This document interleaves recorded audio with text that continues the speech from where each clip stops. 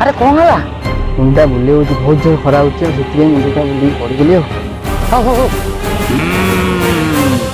ତାମାନେ ଏମାନେ ଏଇପଟୁ ଯାଉଛନ୍ତି, ରାଣୀମାକୁ